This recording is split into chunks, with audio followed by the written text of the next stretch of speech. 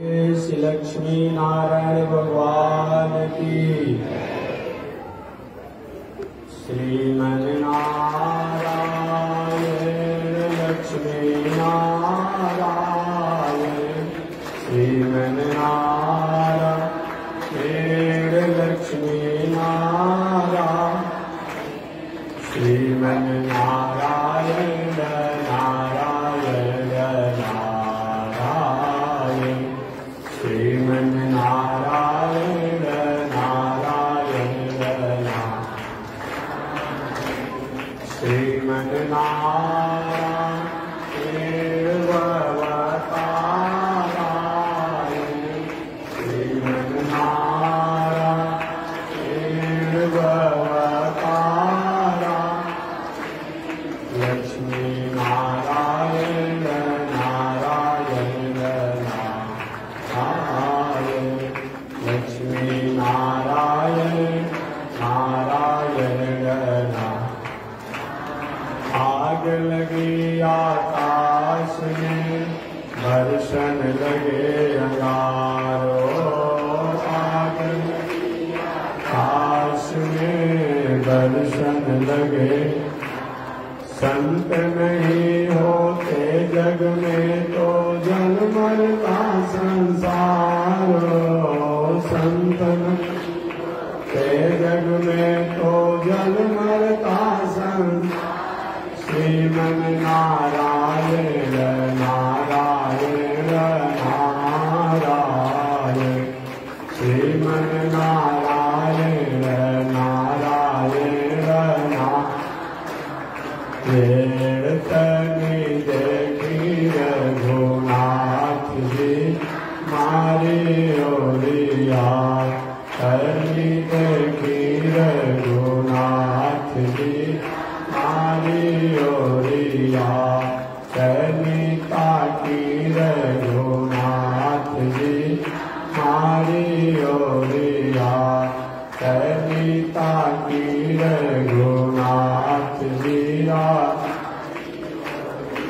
बगसर में आके रवा तड़का के मरनी, बगसर में आके रवा तड़का के मरनी। गौतम नारी अहिल्या के करनी, गौतम नारी अहिल्या के करनी।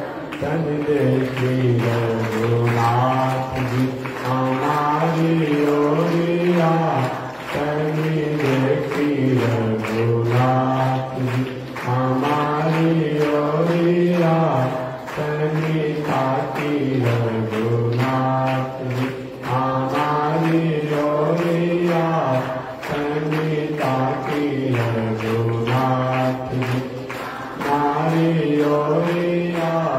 श्रीमन नारायण नारायण नारायण, श्रीमन नारायण नारायण नारायण, लक्ष्मी नारायण नारायण नारायण, लक्ष्मी नारायण नारायण नारायण।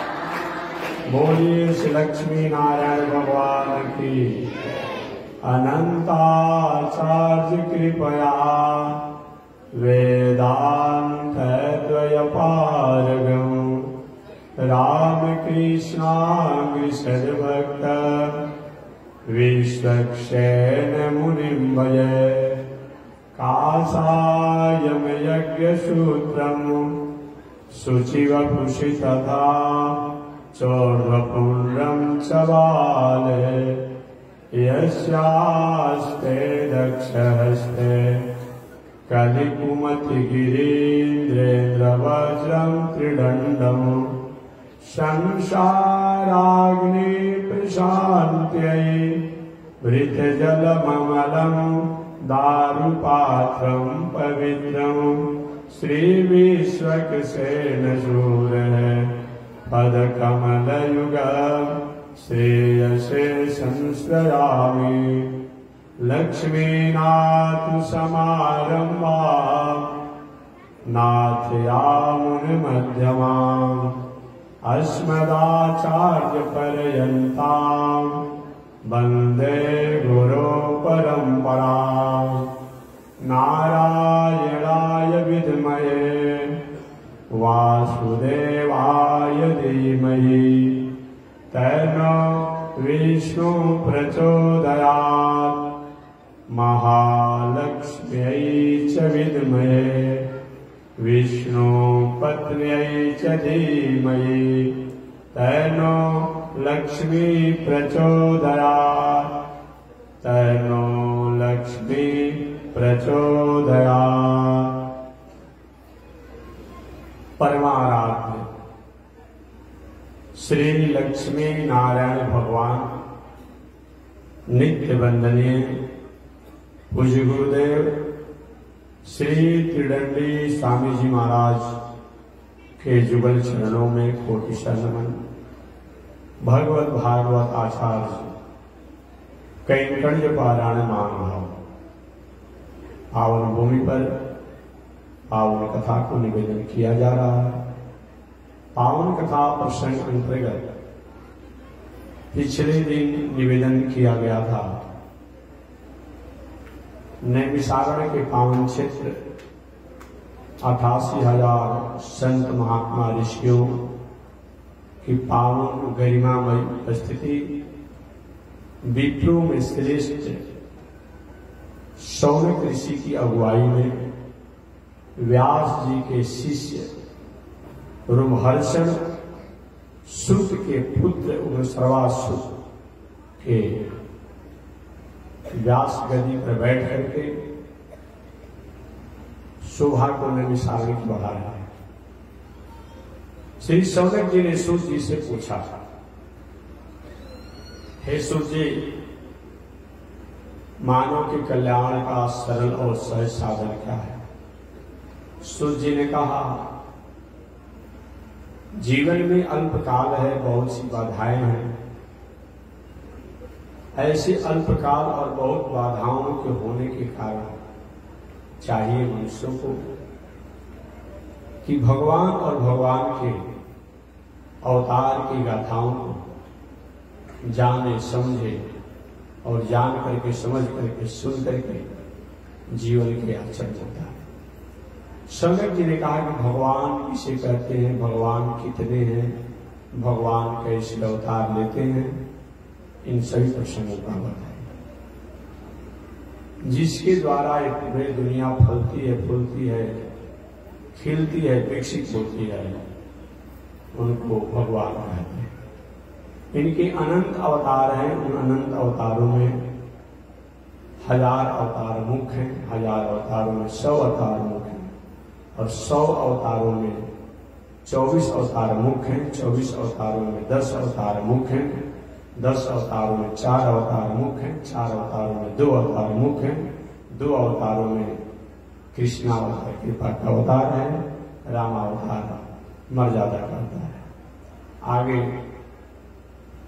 शौनक जी ने पूछा, महाराज, जो 24 अवतारों के द्वारा प्राणियों का विशेष उपकार हुआ, मंगल हुआ, उन 24 अवतार कौन कौन है? उस अवतार में भगवान ने कौन सी लीला किया, कब अवतार लिए, क्यों अवतार लिए, इन कथाओं को आप निवेदन करें।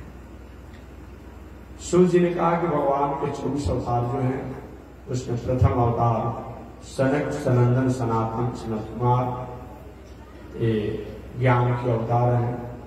दूसरा अवतार बाराह अवतार, जो पृथ्वी का उद्धार किया। तीसरा अवतार नारद जी का अवतार, जो भक्ति का प्रचार किया। चौथा अवतार नर नारायण का, जो योग साधना के उपासक हुए, साधक हुए। पांचवा अवतार भगवान कपिल देव का, जो ज्ञान और शास्त्र के प्रचारक हुए। छठवां अवतार दत्तात्रेय जी का, जो सत्य और सत्यमय तत्वों द्वारा प्राणियों को आत्म प्रबोध दिए। 7वां अवतार यज्ञावतार, यज्ञ के द्वारा मानव मात्र का कल्याण कैसे हो यह संदेश दिए। 8वां अवतार ऋषभदेव जी का कि राजा होकर के राजकाज की व्यवस्था करने के बाद भी कैसे जीवन को सतपथ पर परमात्मा से समन जोड़ा जा सकता है। ऋषभदेव पहले राजा थे, बाद में ज्ञान मार्ग के अधिकारी बनकर के भगवान को प्राप्त किया। 9वां अवतार राजा पृथु का, ये राजा बन करके और जगत का उद्धार किया। 10वां अवतार मत्स्यावतार, इन्होंने सत्यव्रत श्राद्ध वैवस्वत मनु का भावना को आदर किए। 11वां अवतार कच्छप अवतार, जिसमें मंदराचल पर्वत को आधार देकर के समुद्र मंथन के कार्यों को कराए। 12वां अवतार धन्वंतरी अवतार, जो समुद्र मंथन से अमृत कलश प्रकट हुआ, वह अमृत कलश लेकर के प्रकट हुए धन्वंतरी जी। 13वां अवतार मोहिनी अवतार, अमृत को प्रकट हुआ, परंतु दैत्यों ने अमृत कलश को छीन लिया कि हम देवता को नहीं पीने देंगे। उस समय मोहिनी अवतार लेकर भगवान ने देवताओं को ही अमृत पिलाया, दैत्यों को नहीं पिलाया, ये मोहिनी अवतार। 14वां भगवान नरसिंहावतार, जो प्रहलाद की रक्षा के लिए हुआ।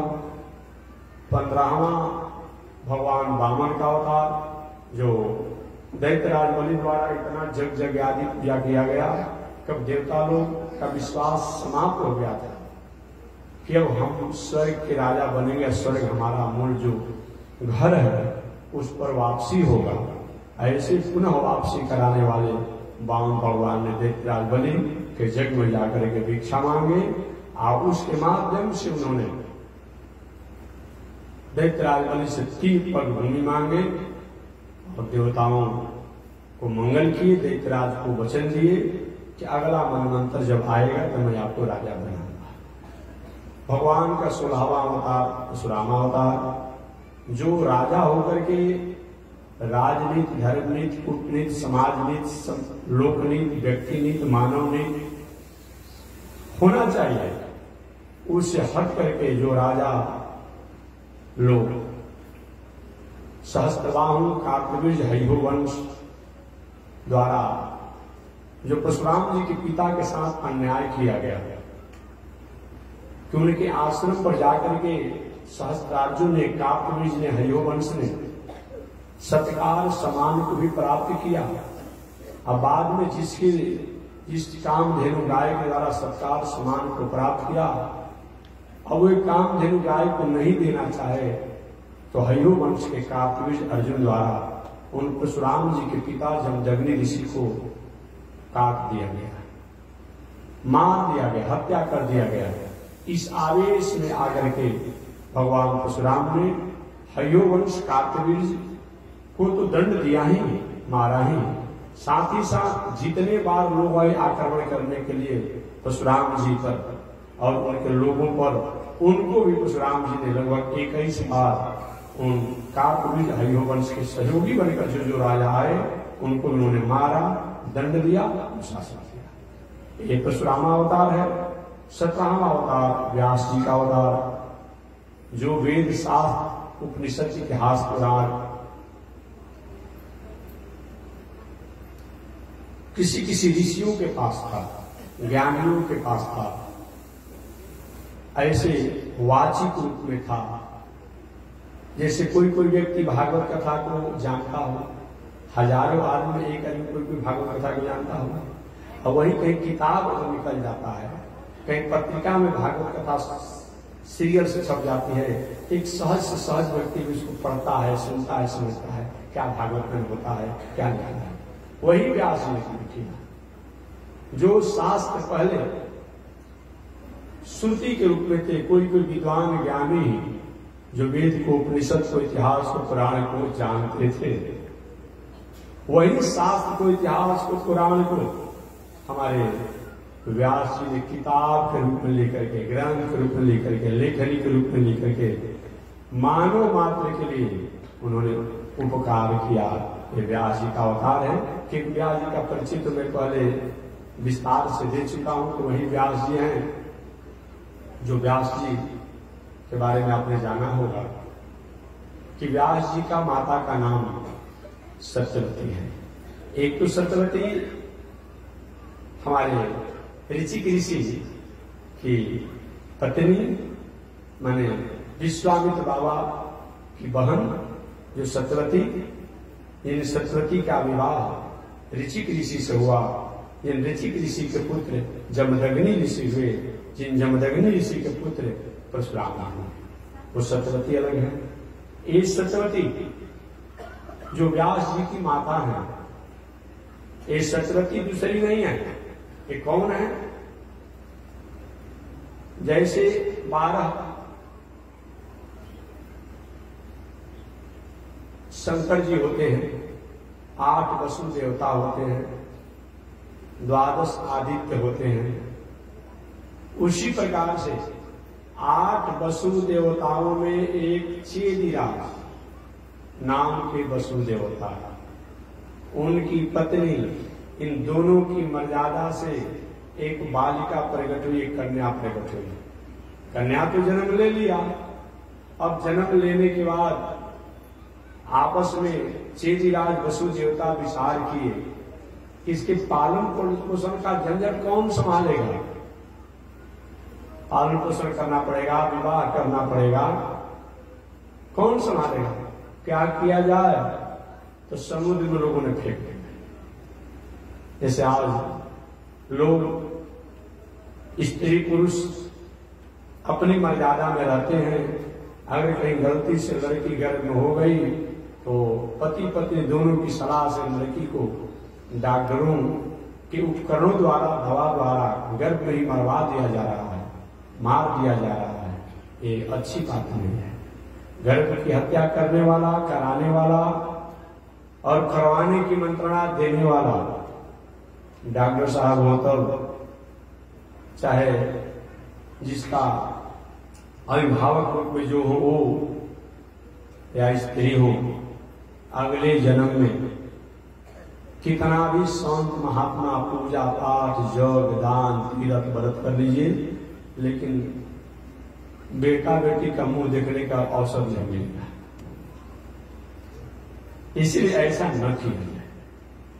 ऐसा होता हो, इस पर थोड़ा सा संयम किया जाए। और मैं क्या कह सकता हूं, बहुत कहने का तो मेरा हक और अधिकार नहीं बनता है, लेकिन ऐसा अगर हो रहा है बहुत बड़ा अपराध है। 4 प्रकार की हत्या करने का दोष लगता है। एक तो गर्भ के बालक की हत्या किया गया, वो हत्या हो गया। दूसरा, गर्भ का बालक बालिका हो, लड़का हो, लड़की हो, ऋषि स्वरूप में होते हैं, वह दोष हुआ। गर्भ का बालक देवतुल होता है, वो दोष लगा। कुल खानदान का दोष लगा, जीव की हत्या का दोष लगा। इसलिए यह नहीं होना चाहिए। आप संयम से रहिए या नियम की मर्यादा का पालन कीजिए, इस प्रकार होना चाहिए। तो मैं निवेदन करना चाह रहा था कि सत्यवती के पिता चेदिराज वसु ने अपनी पत्नी की मंत्रणा से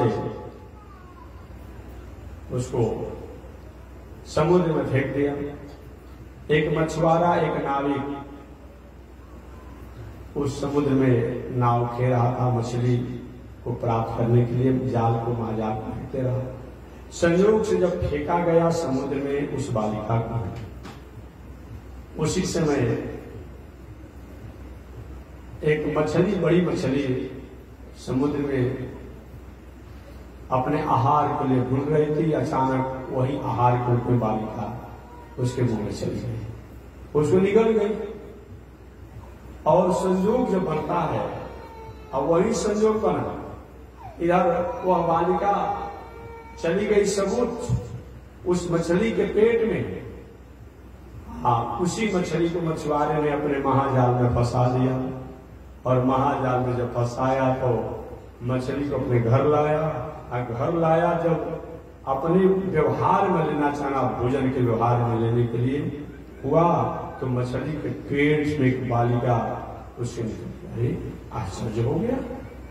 अब उस बालिका मछली के पेट में थी, अब उससे बाहर निकली, इसीलिए उस बालिका के शरीर से मछली जैसा ही गंध आता था। तो उसका नाम क्या हो गया? मत्स्यगंधा। नाम हो गया मत्स्यगंधा। आज भी आप लोग जो खाते होंगे तो अनुभव करते ही होंगे लेकिन जो ऐसे देखते होंगे वो भी अनुभव करते होंगे। मछली को हाथ में पकड़ लीजिए, 5 मिनट के धो लीजिए, कैसा गंध देने लगता है हाथ, देख लीजिए। कितना भी हाथ धोइए जल्दी गंध नहीं जाता है। और जो खाते हैं वो तो अनुभव करते होंगे, कुछ बताना बहुत नहीं है, जो पकड़ते होंगे। ऐसे ही मछली को देख लिया आज नहीं, तो मछली के पेट में बालिका चली गई, तो मछली जैसा ही उसका गंध आने लगा। इसीलिए उस बालिका का एक नाम पड़ा मत्स्यगंधा। मत्स्यगंधा नाम पड़ गया। समय से उसका एक नाम पड़ा सत्यवती, दूसरा नाम पड़ा मत्स्यगंधा। वही मत्स्यगंधा समय से मछुआरे के यहाँ, निषाद राज के यहाँ उसका फल पोषण होने लगा।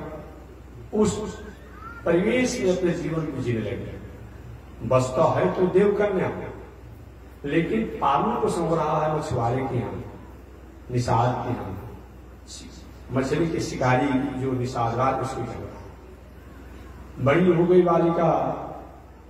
अचानक एक बार पराशर जी को आज्ञा हुआ कि हे पराशर जी, चेतराज वसु की पुत्री सत्यवती जिनको फेंक दिया गया था जन्म लेते ही, वह मछली के मुंह में चली गई। मछली द्वारा एक निषाद के यहाँ उनका पालन पोषण हो रहा है। वह देव कन्या है। उसके द्वारा अमुक मुहूर्त में, अमुक नक्षत्र में, अमुक तिथि में, अमुक दिन को, अमुक समय में अगर आप अपने तपस्या साधना की बदौलत, अपने तेज की बदौलत अगर उसको शक्ति का प्रति आरोपण करते हैं, शक्ति प्रति आरोपण करते हैं, तो वह बालिका द्वारा एक यशस्वी बालक होगा, जो देवतुल्य होगा, भगवान के अंश होगा, बहुत बड़ा ज्ञानी होगा, विज्ञानी होगा, यशस्वी होगा। आज प्रति आरोपण क्या कहा जाता है? अब तो बताना नहीं है आज के जमाने में। आज तो मेडिकल साइंस में देख ही रहे हैं कि रोज प्रति आरोपण के द्वारा जिसको एक तरह से जवाब हो गया कि लड़का लड़की नहीं होगा इनके द्वारा, लेकिन अनेक प्रकार मेडिकल साइंस की तकनीकियों द्वारा प्रति आरोपण करके लड़का लड़की रोज जन्म ले रहे हैं। ये बहुत कुछ बताना नहीं है, इसमें तो आप लोग पढ़े लिखे आदमी को हमें शास्त्र की बातों को व्यवहारिक उदाहरण इसीलिए देना है कि जब तक व्यवहारिक उदाहरण नहीं दिया जाएगा तब तक अभी तक शास्त्र की बातों को समझने में थोड़ी सी कठिनाई हो जाएगी। इसीलिए कभी व्यवहारिक बात हमें बताना पड़ता है और हम नहीं बताते हैं। कहा गया है कि जैव वैदिका तैव लौकिका। वेद की बातों को, शास्त्र की बातों को समझाने के लिए लोक की बात भी समझाना पड़ता है, लेकिन नहीं तो लौकिक बात में हम रह जाए, इसलिए थोड़ा समझाने को होना चाहिए। जैव वैदिका तैव लौकिका। वेद की बातों को समझाने के लिए लोक की बातों को भी समझाना पड़ता है। जैसे पढ़ने वाले पढ़ाने वाले आज के लोग हैं, आकाश कैसा है, और कितना भी आप कहते रहे कि आकाश जो है गोला है, इसी तरह से है, कोई नहीं समझेगा। लेकिन कोई समझा दे कि लोहा का कड़ाही जो होता है चिकना, और उस लोहे के कड़ाही को उलट दीजिए और जैसे आकार हो जाता है, वही का है आकाश का आकार है। अब तो छोटा छोटा लड़का भी समझ लेगा।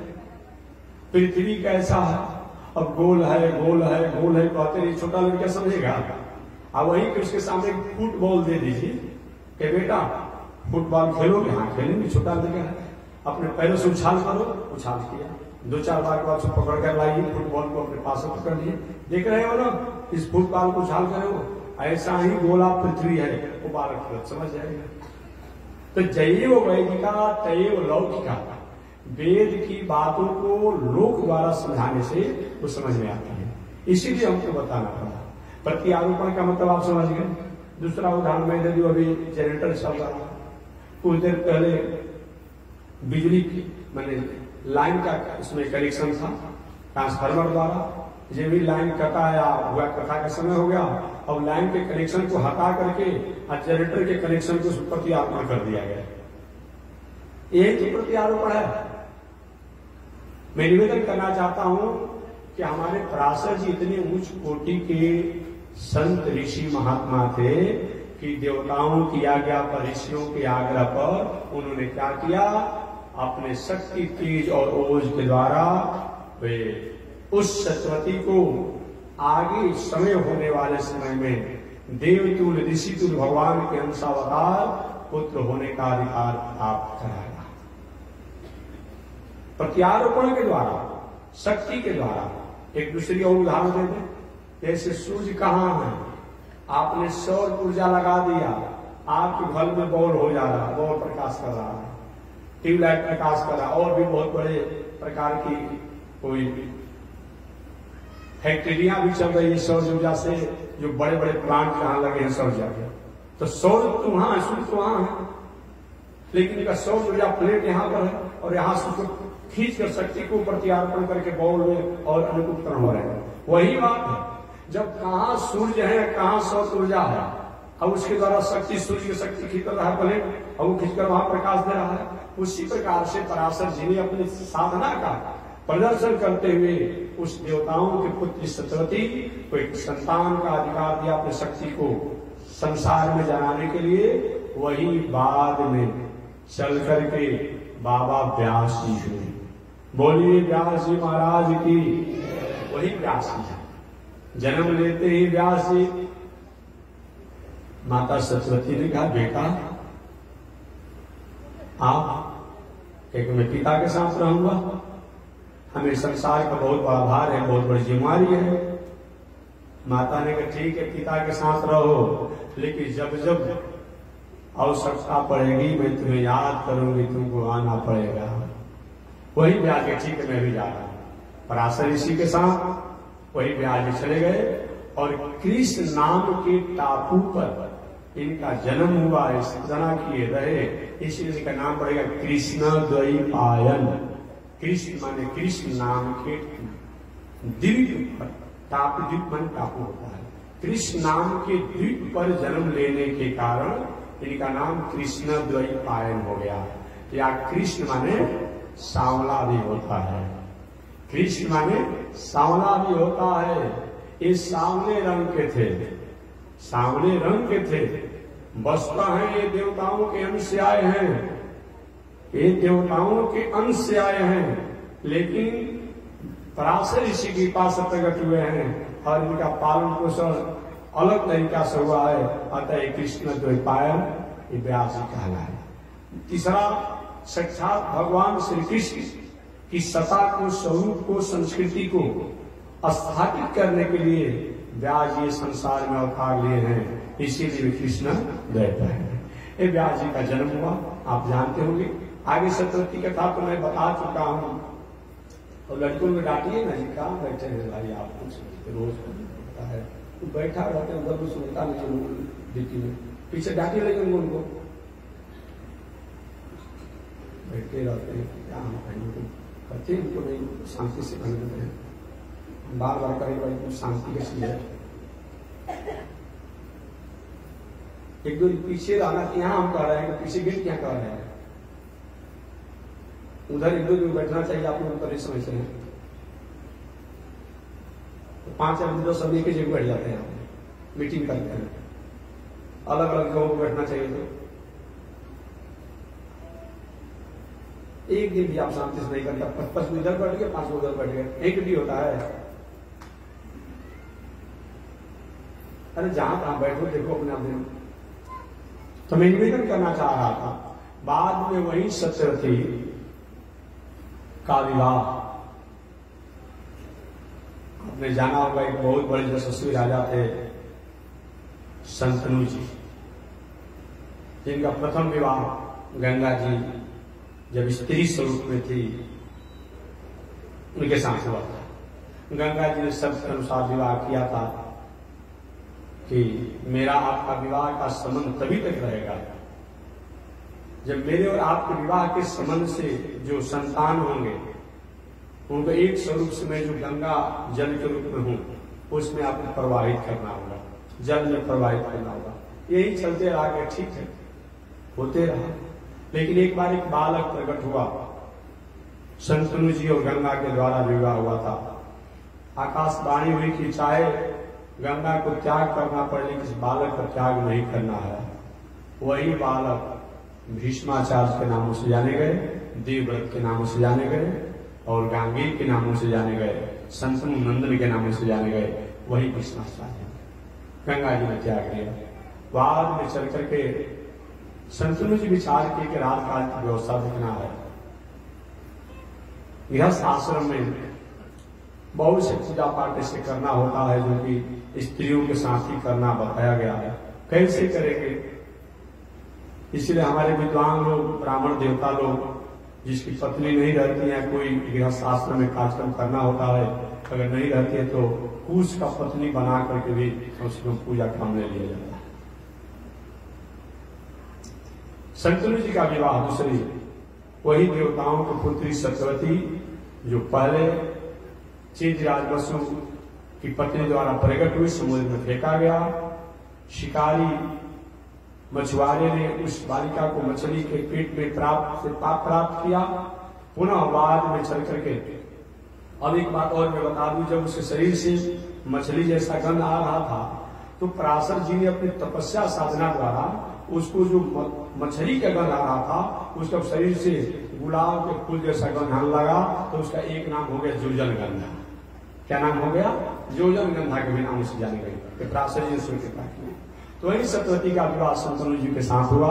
इन शंतनु जी और सत्यवती के विवाह से दो बालक हुए, विचित्रवीर्य और चित्रांगद।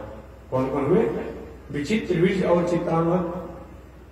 तो समझे सीधी सीधी बात, व्यास जी, विचित्रवीर्य, चित्रांगद और भीष्माचार्य, ये चारों भाई हो गए सबसे बड़े।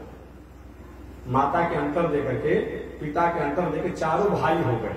कौन कौन? व्यास जी, विचित्रवीर्य, चित्रांगद और भीष्माचार्य, चारों भाई हैं। चित्रांगद बचपन में चंचल स्वभाव के थे, यक्षु द्वारा मार दिए गए। बाकी बचे विचित्रवीर्य। विचित्रवीर्य का विवाह तो हुआ काशी नरेश की पुत्रियों के साथ। समय पा करके ये भी अल्पायु में ही जीवन को समाप्त किए। काशी नरेश की पुत्री से जो विचित्रवीर्य का विवाह हुआ था, तो विचित्रवीर्य की बड़ी पत्नी जिसका नाम था अंबिका, अंबालिका, तीन पुत्रियां थी। अंबा तो विवाह ही नहीं किया। अंबिका द्वारा व्यास जी की कृपा से धृतराष्ट्र हो गए। अंबालिका द्वारा व्यास जी की के कारण, तपस्या साधना के फलस्वरूप आशीर्वाद के कारण पांडु जी महाराज हुए। पुनः व्यास जी के आशीर्वाद से अंबिका के दासी द्वारा एक बालक हुए जिनका नाम विदुर पड़ा। इस प्रकार आप जान गए होंगे कि धृतराष्ट्र, पांडु और विदुर, विचित्रवीर्य की पत्नी जो अंबिका, अंबालिका और एक दासी, इसके द्वारा समय पाकर इसी वंश परंपरा द्वारा आगे कौरव वंश चला। जो कौरव वंश बाद में चल करके पांडव वंश और कौरव वंश के नाम से जाना गया। वस्तुतः कौरव ही वंश है, जो बाद में कौरव और पांडव अलग हो गए। ये कथा आप जानते हैं। चलिए आगे प्रसंग बस। हमारे व्यास जी महाराज इस संसार में प्रकट हुए। प्रकट होने के बाद व्यास जी को आज्ञा हुआ कि व्यास जी, आप और दुनिया के लोगों जैसे और दुनिया के लोगों के समान केवल जीवन जीने के लिए आप नहीं आए हैं। महाराज, आपके द्वारा बहुत उम्मीद है, आपसे बहुत उम्मीद है। उस उम्मीद पर आपको खरा उतरना पड़ेगा। समय पाकर के व्यास जी का विवाह भी हुआ। उस विवाह से उनकी पत्नी का नाम था पिंगला देवी, कहीं कहीं अरणी देवी भी नाम था। व्यास जी पत्नी के साथ रहे, लेकिन विवाह शादी करके भोग वासना में मत रहिए। विवाह शादी कीजिए, एक दो बाल बच्चे हो जाए, जो भी सरकार का नियम है। उस हमेशा में सरकार की बात करता हूं भाई कि जहां रहना है उस देश के राजा का भी नियम पालन करना है। नाता तो बताया गया है कि एक एक पत्नी से 10-10 संतान होने का भाई अधिकार है, लेकिन अब इस समय कहा जाएगा तो समस्या है।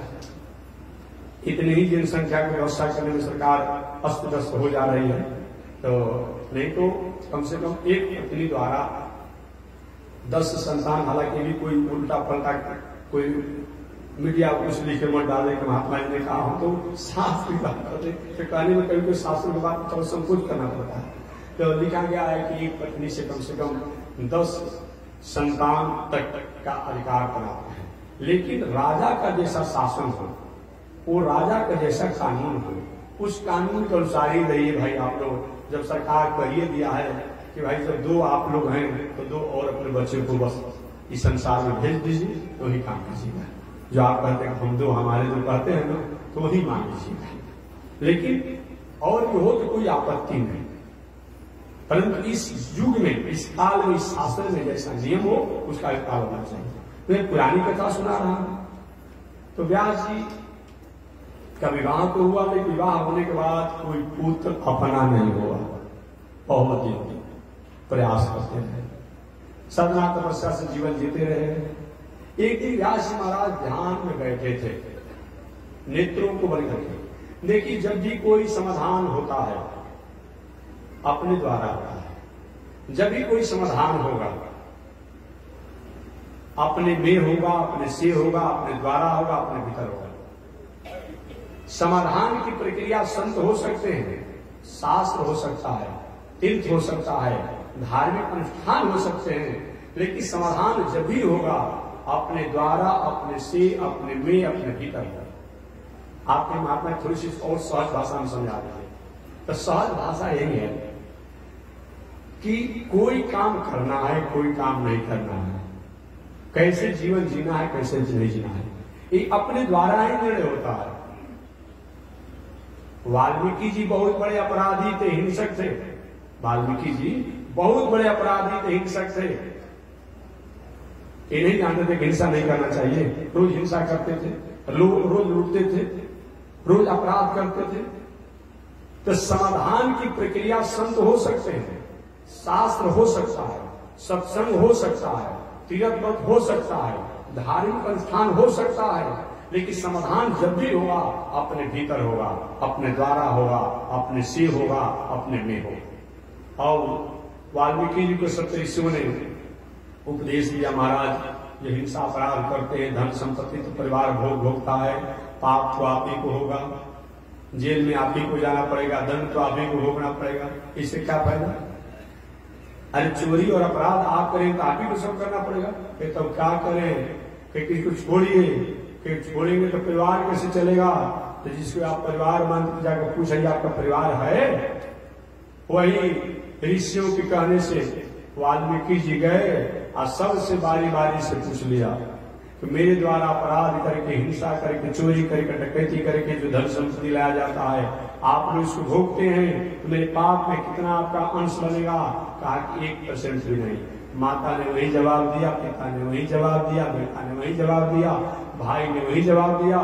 वाल्मीकि जी समझ गए कि सब स्वार्थी हैं लोग, और सबको छोड़ करके, हिंसा अपराध को छोड़ करके, और संत महात्मा द्वारा उपदेश जो प्राप्त किया गया था उसको करते हुए, और वह अहिंसा व्रत के पुजारी बन गए, जो वाल्मीकि है ब्रह्म समान।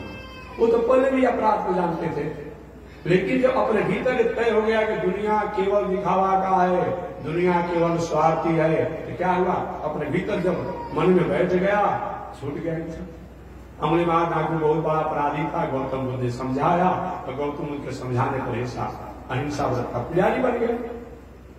अजामिल बहुत बड़ा पापी था, रोज विश्राम द्वारा कुकर्म भी करता था, लेकिन जब समझ गया कि बिना भगवान के अपने बेटा का नाम लिए, तब तो भगवान के दूत हमारी रक्षा करने के लिए आ गए, अगर सही में भगवान का नाम लेंगे तब क्या हुआ?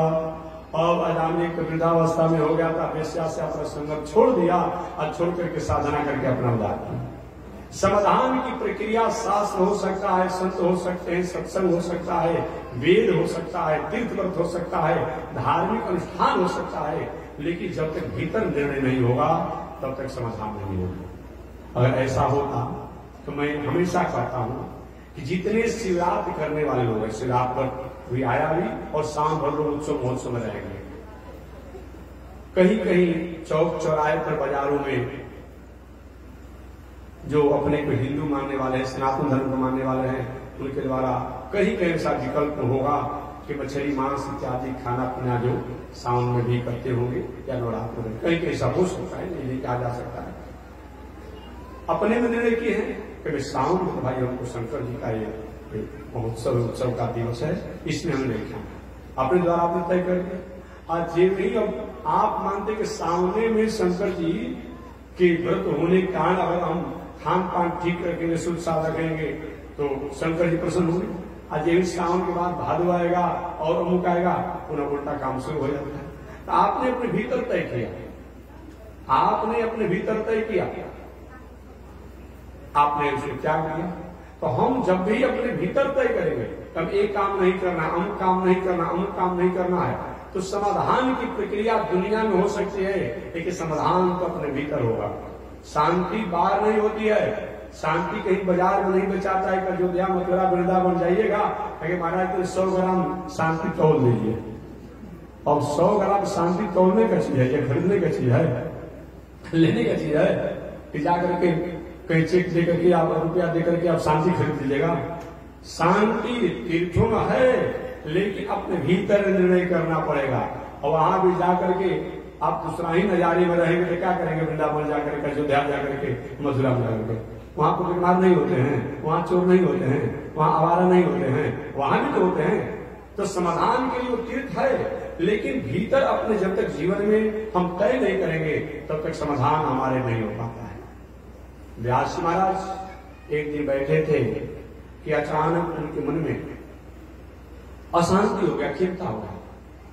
मालूम पड़ा कि क्यों मैं आया, कहीं आवाज आ रही है, बैठे हैं तो सोए नहीं है, आ रही कहीं, मालूम पड़ा कोई रो रहा है, कोई बिलख रहा है, कोई परेशान है।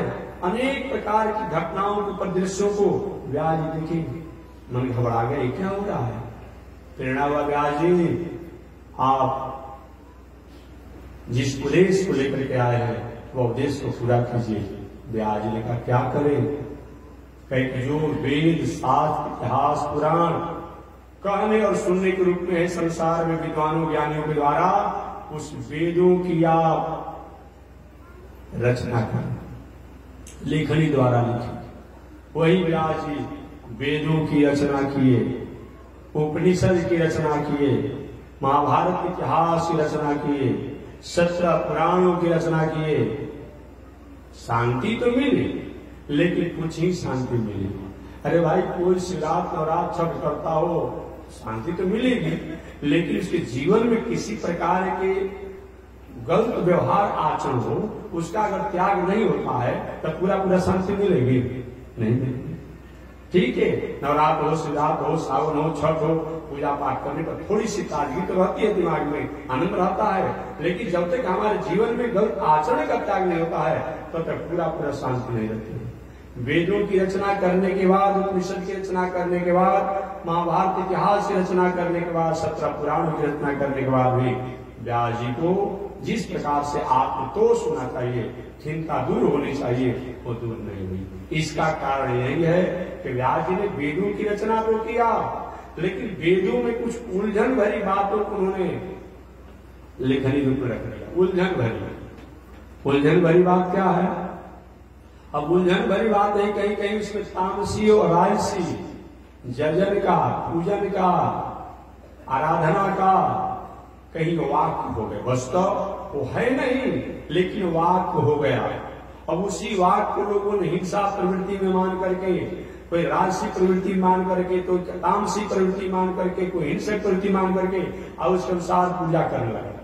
आखिर शास्त्रीय का प्रमाण तो तामसी पूजा करने वाले लोग देते हैं, राजसी पूजा करने वाले देते हैं। मैं आप हमेशा कहता हूँ, आप चले जाइए रजरप्पा, तो वहां के पुजारियों से पूछिए, कहे भाई कहाँ इतना हिंसा करते हो? क्या कहता है?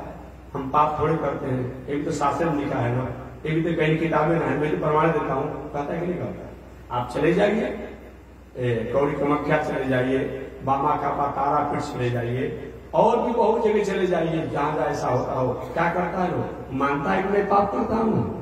नहीं मानता। आप चले जाइए विधानचली में जहां हिंसा बलि होता है, वहां के पंडा, वहां के पुजारी मानता है कि मैं हिंसा करता हूं? नहीं मानता है।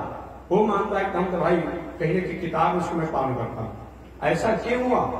भले वो हिंसा तामसी और राजसी जजन वेदों में नहीं है, शास्त्रों में नहीं है, पुराणों में नहीं है, लेकिन वह तामसी राजसी हिंसक वो शब्द हैं जिन शब्दों को लेकर उन्होंने क्या किया, मान लिया कि ये लिखा है।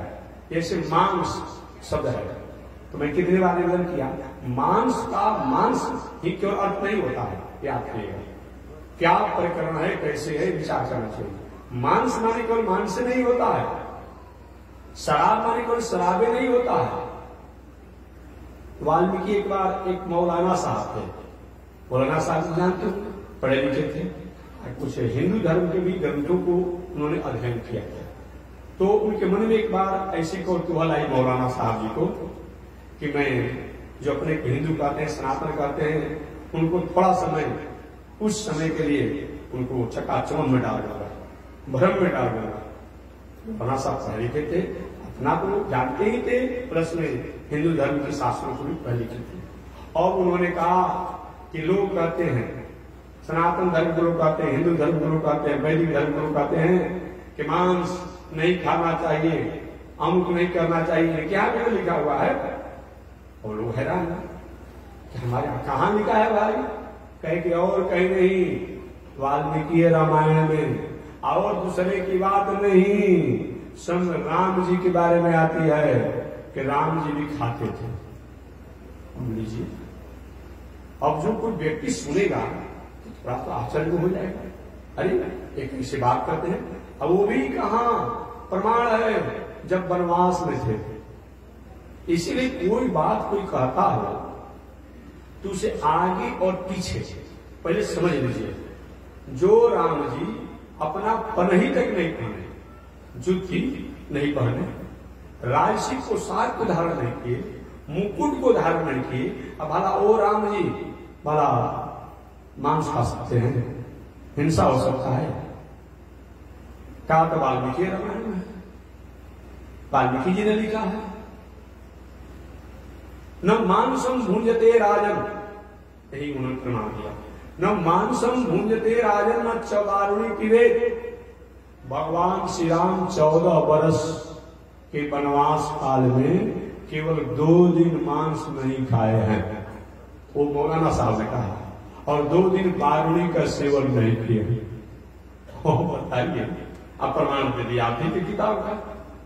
तो इसीलिए शास्त्रों को पढ़िए, आगे भी पढ़िए, पीछे भी पढ़िए कि आखिर इसका क्या तात्पर्य है। अब शब्द से तो मांस शब्द आ गया कि न मांसम भुंजते राजन न चौदारुणी पीवे। भगवान श्री राम 14 वर्षों के अंतराल में 2 दिन मांस नहीं खाए और वारुणी का सेवन नहीं किए। मौलाना साहब ने तो हैरान कर दिया लोगों को।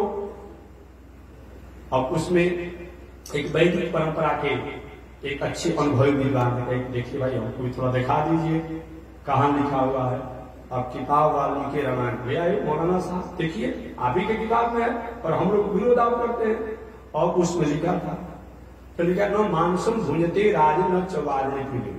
उससे पहले लिखा था कि भगवान रोज वनवासी समय में कभी कभी कहीं कुछ भिक्षा मिल जाए तो मिल जाए, और नहीं तो इमली फल जो होता था, एक फल है, जंगली फल है, इमली फल, उसी का फलहार कर लिया करते थे।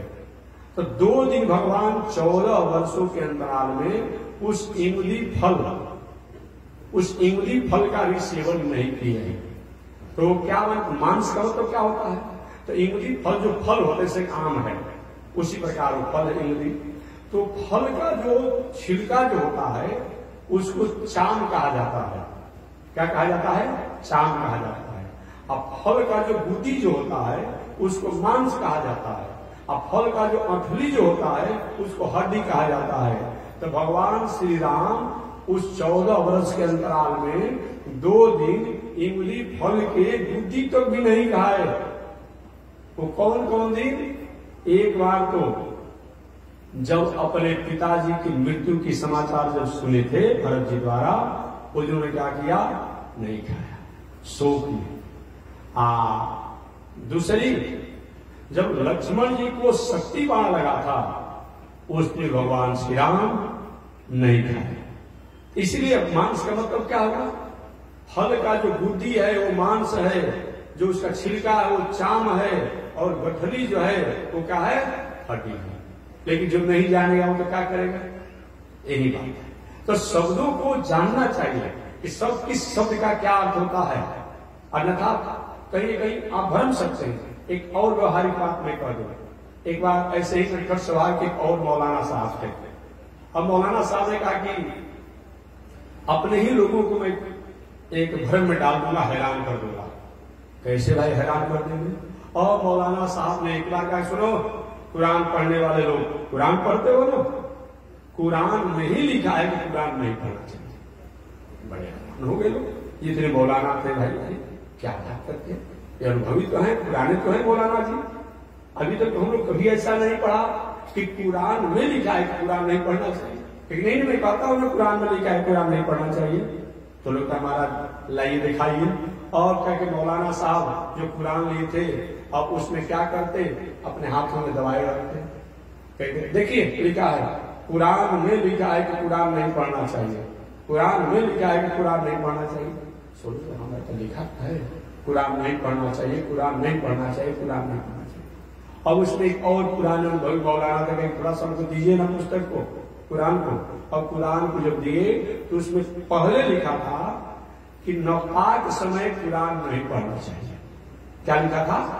नौपाक माने अशुद्धि अवस्था में कुरान नहीं पढ़ना चाहिए। लेकिन मौलाना साहब क्या करते, नौपाक जहां शब्द है उसका अंगूठा से दबा देते और कहते थे कि कुरान में लिखा है कि कुरान नहीं पढ़ना चाहिए, कुरान में लिखा है कि कुरान नहीं पढ़ना चाहिए। अरे लिखा है भाई अशुद्धि अवस्था में, अशौच अवस्था में और पवित्र अवस्था में कुरान नहीं पढ़ना चाहिए। लेकिन वो अशौच अशुद्धि अवस्था में पाक जो है उसका अंगूठा से दबा कर कुरान में लिखा है। वही आजकल के लोग हैं, कभी कभी ऐसा शब्द कहेगा जो आप भ्रमित हो जाएंगे। इसलिए शब्दों को आगे पीछे सोच के समझ करके कि क्या यह कहना चाहता है, क्या तात्पर्य है। शब्द तो है लेकिन शब्द का मतलब क्या होता है। इसलिए कभी कभी अच्छे अच्छे लोग भी भ्रम में पड़ जाते हैं। एक बार एक हास्यमय पौराणिक कथा में बताता, देखो एक बार बहुत बड़े यशस्वी राजा थे, और यशस्वी राजा थे, अचानक राजा अपने राज में गए तो देखे कि रानी साहिबा रो रही थी। राजा साहब ने कहा, कह तुम क्यों रो रही हो? और राजा साहब, रानी जब रो रही थी तो राजा साहब भी रोने लगे। अब राजा साहब रोने लगे तो मंत्री भी रोने लगे, मंत्री जब रोने लगे तो प्रजा भी रोने लगी। अब कोई पूछ ही नहीं, कोई काहे, क्या बात है, क्या समस्या है, क्या विपत्ति है, क्या आपत्ति है। ऐसे होते होते एक दूसरे देश का राजा आया, मंत्री आए, अरे क्या कौन सा संकट आपत्ति विपत्ति यहाँ पर आ गया कि कारण नहीं बता रहे हैं। रानी साहिबा रो रही है, राजा साहिबा रो रहे हैं, ये सोनू रो ही रहा है, प्रजा रो रही है, मंत्री रो रहे हैं, सैनिक रो रहे हैं। महाराज कारण क्या है? कोई तो कारण बताया जाए। अब अंत में हुआ, प्रजा से पूछा गया कि भाई आप लोग क्यों रो रहे हैं? कहे कि हम लोग इसलिए रो रहे हैं कि जब राजा साहब, मंत्री साहब रो रहे हैं तो हम लोग रोने लगे। अच्छा ठीक है। अब पूछा गया मंत्री साहब से, आप क्यों रो रहे हैं? कहे कि इसीलिए कि राजा साहब रो, हम भी रोने लगे। राजा साहब पूछा आप क्यों रो रहे हैं? कहे कि रानी साहिबा रो रही थी, हम भी रोने लगे। मतलब होता है। अब रानी साहिबा से पूछा कि आप क्यों रो रही हो? कि हमारी दासी जो है, एक कपड़ा धोने वाली, ये रो रही थी, हम भी रोने लगे। अब उससे पूछा कि तुम क्यों रो रही हो? तो कही कि हमारे जो पति जो हैं कपड़ा धोने वाले वो रो रहे थे, इसलिए हम भी रोने लगे। उनसे पूछा तुम क्यों रो रहे हो? कहा कि हमारा एक गधा बीमार था इसलिए हम रोने लगे। यही दुनिया की हाल है, यही दुनिया की हाल है। एक गधा के बीमारी के कारण अब इतने पूरे राजी अस्त व्यस्त हो गए। बड़ी विचित्र बात है, बड़ी विचित्र बात है। इसीलिए कोई भी शास्त्रों में कोई अगर आ रहा है धर्म के नाम पर, संत के नाम पर, और कोई बात कहता ठीक है, हमें किसी से झगड़ा नहीं करना है, विरोध नहीं करना है, विवाद नहीं करना है, लेकिन सुनना है, सुन करके आगे पीछे सोच समझ करके हटना है। एक तरफ धर्म कहता है कि चूंटी को मरने से भी अपराध होता है, कुछ होता है। एक तरफ धर्म कहता है कि रोज 5 को जग करिए। कहीं हम झाड़ू देते हैं, जीव जंतु मर जाते हैं, कहीं पैखाना इत्यादि जाते हैं, रास्ते में जाते हैं, जीव जंतु मर जाते हैं, कहीं खेती करते हैं तो अनेक जीव जंतु मर जाते हैं। इसके रोज 5 को जग करने को धर्म कहता है। और दूसरी तरफ धर्म वाला हिंसा करने को कहेगा, चाहे किसी पंथ का हो, चाहे कोई भी हो, चाहे शिव बाबा का गुरु बना लीजिए, अघोर बाबा का गुरु बना लीजिए, यही भला कहेगा? ये कौन सा धर्म है? एक तरफ जो धर्म कह रहा है कि अगर पैर से भी जीव जंतु मर गए हैं तो रोज उसके लिए यज्ञ कीजिए, भोजन बना रहे हैं उसमें यज्ञ कीजिए, उन प्राणियों की हत्या हो गई है, इतना बड़ा हिंसा करने का, अपराध करने का छूट देगा? तो शास्त्रों को पढ़िए, शास्त्रों को रिकम्बरा बुद्धि से पढ़िए, प्रज्ञ बुद्धि से पढ़िए, अन्यथा आप भ्रमित हो सकते हैं। वेदार्थो निश्चितव्य स्मृति इतिहास पुराणे, वेदार्थो वेद का अर्थ निश्चितव्य निश्चय किया जाता है, स्मृति इतिहास पुराणे, स्मृति द्वारा, इतिहास द्वारा, पुराणों के द्वारा किया जाता है। अतः कोई ऐसा शास्त्र में बात हो, हिंसात्मक, तामसी, राजसी, ऐसा कोई बात हो तो पढ़िए, समझिए कि क्या इसका मतलब होता है। जैसे अभी दुर्गा सरस्वती देवी भागवत पढ़ने वाले लोग जो है, और उसी का प्रमाण देता है जो लोग हैं, लिखा है उसमें पढ़ने वाले ब्राह्मण विद्वान महानुभाव होंगे, जानते होंगे, पशु पुष्पार है, और इसी पशु पुष्पार शब्दों के द्वारा ये क्या करते हैं लोग, प्रमाण देता है लोग कि लिखा है कि भगवती जी को पशु बलि करना चाहिए, हिंसा करना चाहिए, लेकिन पशु पुष्पार माने, पशु माने सम्यक प्रकार से गंध धूप दीप से पूजा करना चाहिए, वहां पशु माने पशु अर्थ करते हैं। अब ये प्रमाण देता है कि लिखा है, इसलिए शास्त्रों को पढ़िए, न तो आप भ्रमित हो जाएंगे। एक किसका दोष है? सबका दोष हमारे व्यास जी का है। अगर व्यास जी ऐसे ऐसे शब्दों पर टिप्पणी लिख दिए होते, संस्कृत में लिख दिए होते, हिंदी में लिख दिए होते, ऐसा लिखना था कि भाई ये शब्द है, इसका ये अर्थ है, ये शब्द है, इसका ये अर्थ है। आज जो अपने को एक नास्तिक तो नास्तिक है और धार्मिक तो अधार्मिक है, लेकिन धर्म करने वाला व्यक्ति भी, धार्मिक व्यक्ति भी कहीं भ्रमित तो नहीं होता। आज उन्हीं के दिन है कि चाहे वेद हो, इतिहास हो, पुराण हो, इनमें से भ्रमित शब्दों के कारण लोग जीवन के अंतिम समय तक समझ नहीं पाते हैं कि मेरा काम क्या है, मेरा लक्ष्य क्या है, मेरा उद्देश्य क्या है, नहीं समझ पाते हैं, भ्रमित हो जाते हैं। यहाँ साथी भागवत कथा आप लोग एक महीना से सुन रहे हैं, अभी सुनेंगे जब से, और वही कोई चला जाए उज्जैन में महाकाल किया और वहां बैठा हुआ पंडा पुजारी कहता है कि नहीं नहीं, जब तक से भैरव बाबा को ब्रांडेड एक बोतल नहीं धरकाएंगे तब तक से उज्जैन में आने को फल नहीं होगा। और लोग सोचते क्या कर भाई, मैं शराब पीता नहीं, मैं कुछ करता नहीं, यहाँ वाला नहीं, उज्जैन में आने का तभी फल होगा महाकाल के यहाँ कि ब्रांडेड एक बोतल शराब जबकि उनको भैरव बाबा को दिया जाएगा। और अच्छा लोग जो है क्या कहता है, जो पीता नहीं है फिर भी एक बोतल चढ़ा देता है। अब वो कहते हैं पुजारी, अरे नहीं पीते थे क्या, थोड़ा सा स्पर्श कर लीजिए कि बोलना, और बताइए अपना धर्म दोष कर दिया। देख लीजिए, मैं कथा नहीं कहता हूँ, बहुत से इसमें भ्रमित हो जाते हैं, बहुत से ऐसे लोग ये भ्रमित हो जाते हैं। ये अघोर पंथ जो है, अघोरियों का जो पंथ है, अघोरों का जो पंथ है, ये क्या करता है, सब पूजा पाठ तंत्र मंत्र ठीक है, लेकिन ये क्या है कि ये मांस और मछली का जब तक से भोग में स्पर्श नहीं करेगा तब इनका भोजन शुद्ध नहीं होगा। और बताइए, अगर कोई जो नहीं जानता हो उसका तो व्रत भंग हो गया, व्रत भंग हो गया था। ये बड़ी विडंबना है। एक कहीं न कहीं लोग शास्त्र के ग्रंथ का ही प्रमाण देकर ऐसा काम करते हैं, इसमें व्यास जी महाराज द्वारा चूक हो गया। यही चूक का कारण है कि व्यास जी वेदों की रचना की, उपनिषद की रचना की, इतिहास की रचना की, 17 पुराणों की रचना की, फिर भी शांति नहीं मिली। नारद जी की कृपा हुई और नारद जी की कृपा के बाद तब कथा, कथा तो मैं बता चुका हूँ कितनी बार, नारद जी की बात कितनी बार मैं बता चुका हूं कि नारद जी पहले दासी के पुत्र थे। नारद जी की कृपा हुई व्यास जी पर, और व्यास जी ने वही अंत में श्रीमद् भागवत महापुराण ग्रंथ की रचना की, और ग्रंथ को रचना करके कहा, हे दुनिया में रहने वाले लोग, भले ही कुछ 19-20 हो गया हो, ऊपर नीचे हो गया हो, लेकिन अब छोड़ दो, अब ना नसानी, अब ना नसई हूं, जो बीत गई सो बात। पढ़े है ना, जो बीत गई सो बात गई, अब ना नसानी, अब ना नसई। अब जो हो गया सो हो गया, अब हम उल्टा काम नहीं करेंगे, ऐसा संकल्प लेकर के अगर हम अच्छे कर्मों को करते हैं तो भगवान कहते हैं अहम समुद्धरता, मैं उसका उद्धार कर देता हूँ, मैं उसका कल्याण कर देता हूँ। यही भावना से उत्पन्न होकर के महर्षि वेदव्यास जी ने अपने जीवन के अंतिम ग्रंथ के रूप में श्रीमद्भागवत महापुराण ग्रंथ की रचना की और इस ग्रंथ में सबका अधिकार दिया।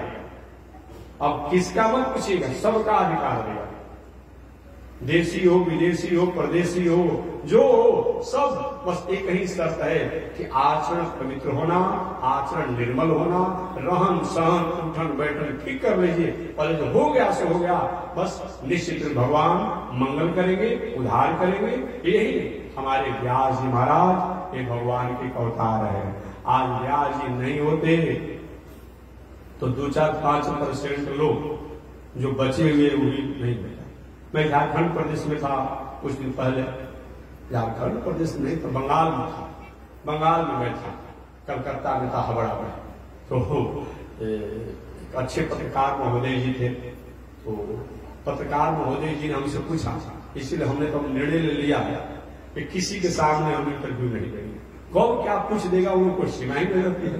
तो हमने अब निर्णय ले लिया है, जिसको अपना होल लगा हो कि हम कहीं मीडिया में आकर के अपना जनाएं कि हम हैं, क्या जनाना है, घर द्वार छोड़कर हम भगवान को जनाने के लिए आए, तो जब वो हमको जान जाए दुनिया में तो इसी का लोग जान जाएंगे। तो हमने निर्णय ले लिया है कि भाई किसी प्रकार का इंटरव्यू में नहीं लेगा, चाहे प्रिंट मीडिया हो, इलेक्ट्रिक मीडिया हो या जो भी मीडिया हो, किसी प्रकार के आपको धार्मिक बात में पूछना होगा जिज्ञासा के रूप में। अगर हम कहीं जानते होंगे तब तो मैं बताऊंगा, और नहीं जानता हूंगा तो नहीं बताऊंगा। कोई जरूरी नहीं है कि हर आपके प्रश्नों का, सभी आपके प्रश्नों का या किसी सभी के प्रश्नों का केवल एक ही व्यक्ति अब मैं जवाब दे ही दूं, ऐसी कोई बात नहीं है। प्रयास किया जाएगा, अगर मैं पढ़ा हूं कोई जानता हूं तो, नहीं तो नहीं भी दे सकता। तो मैं निर्णय ले लिया है कि कहीं प्रिंट मीडिया, इलेक्ट्रॉनिक मीडिया किसी में कभी इंटरव्यू में नहीं आऊंगा। हाँ, कथा प्रवचन करूंगा, उसमें आपको जो ज्ञान मिलेगा उस आप स्वीकार करें, लेकिन आप ऐसे करेंगे 1 मिनट में बोलने के लिए मैं नहीं बोलूंगा, मैंने आपके बातों का मैं जवाब दूंगा, ये हमें आवश्यकता नहीं समझ में आती है। तो मैं निवेदन करना चाहता हूं, कलकत्ता में मैं था, तो ये क्या होगा 10-15 वर्ष जो भी हो गया, तो एक पत्रकार महोदय जी ने हमसे पूछा कि महात्मा जी ये बताइए, इतना आप जब पूजा पाठ सब करते रहते थे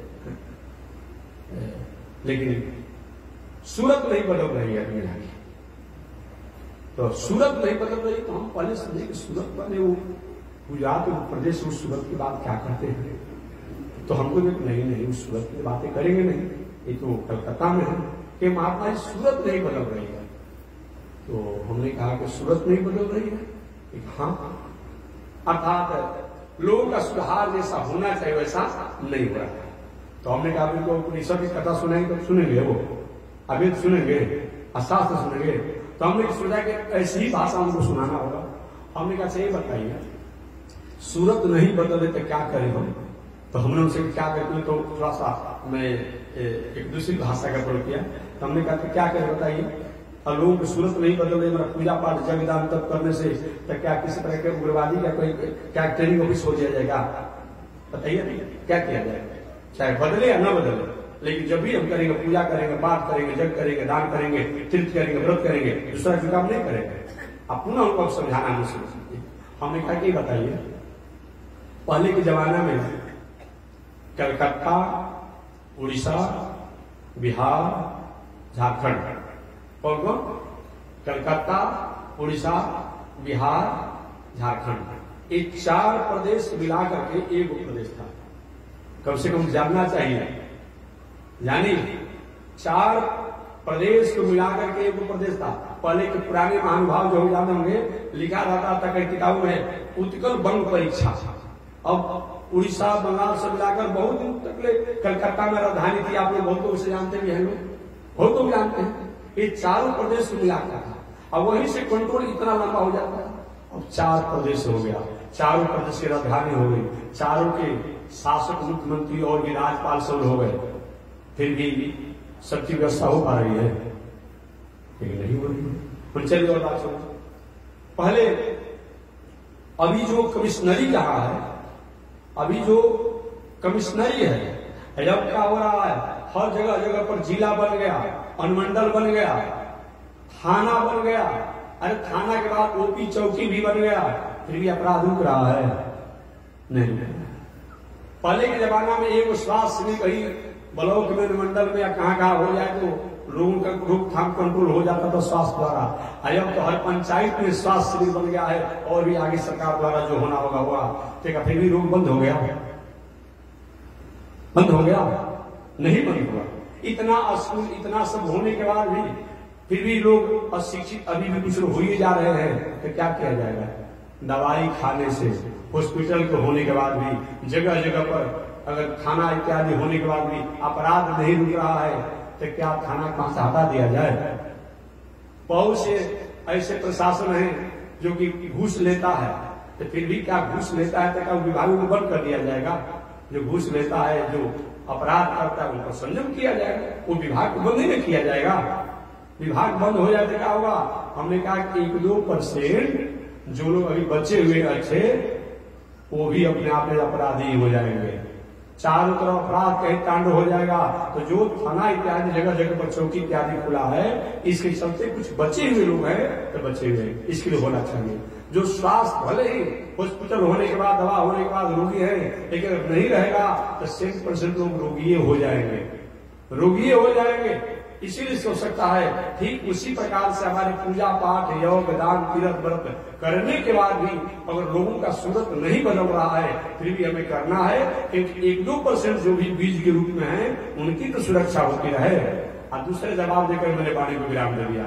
मैंने यही बताइए कि दवा को खाने से अगर कहीं हमें रोग ठीक नहीं हो रहा है, तो आप एड्रिन और सल्फास का शीशी दिए गए कि भाई दवा खाते खाते थक गए हैं, तो चलो सल्फास का गोली खा लेते हैं, अब एड्रिन का शीशी पी लें, यही काम होगा? नहीं। भी अच्छे कामों को करने से अगर समाज का, राष्ट्र का, व्यक्ति का सुधार होता है, फिर भी अच्छा ही काम करेंगे। ये नास्तिक कभी कभी यही तर्क देता है ना।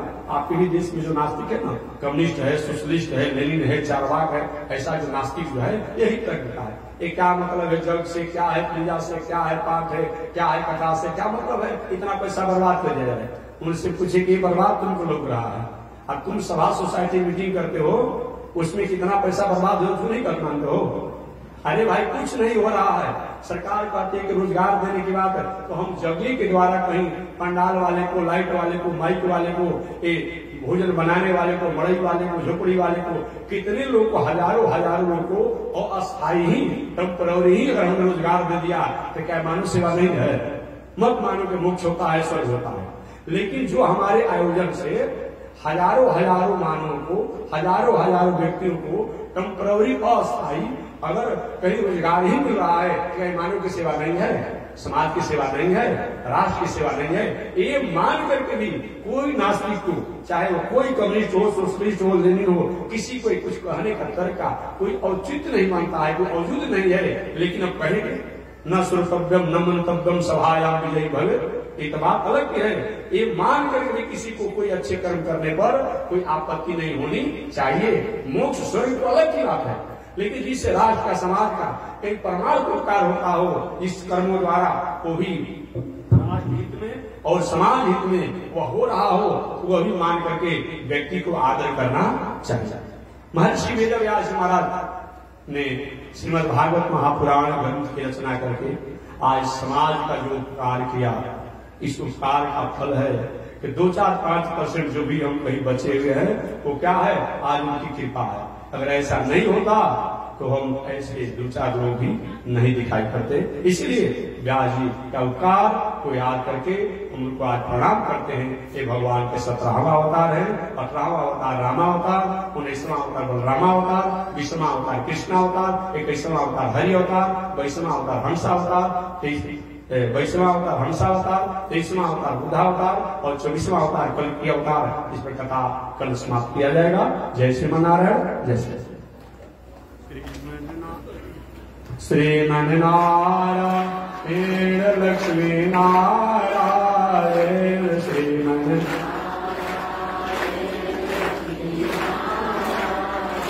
श्रीमन्नारायण नारायण नारायण श्रीमन नारायण नारायण नाम। बोलिए श्री लक्ष्मी नारायण भगवान की, विश्व जगदाचार्य श्री त्रिदंडी स्वामी महाराज की।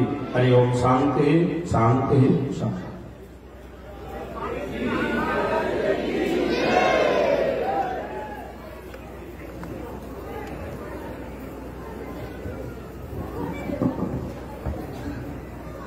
ओम चंद्रमा मनसो जात चक्षो सूर्यो अजायत श्रोत्राद्वायुष प्राण समूहादिरजायत श्रीश्रुते लक्ष्मी शवज्ञा बहुरात्रे आर्श्वे नक्षत्राणि रूपमस्मिनो व्यातम्ब विश्वे निगाढामो मयि घाण सर्वलोकम मयि घाण।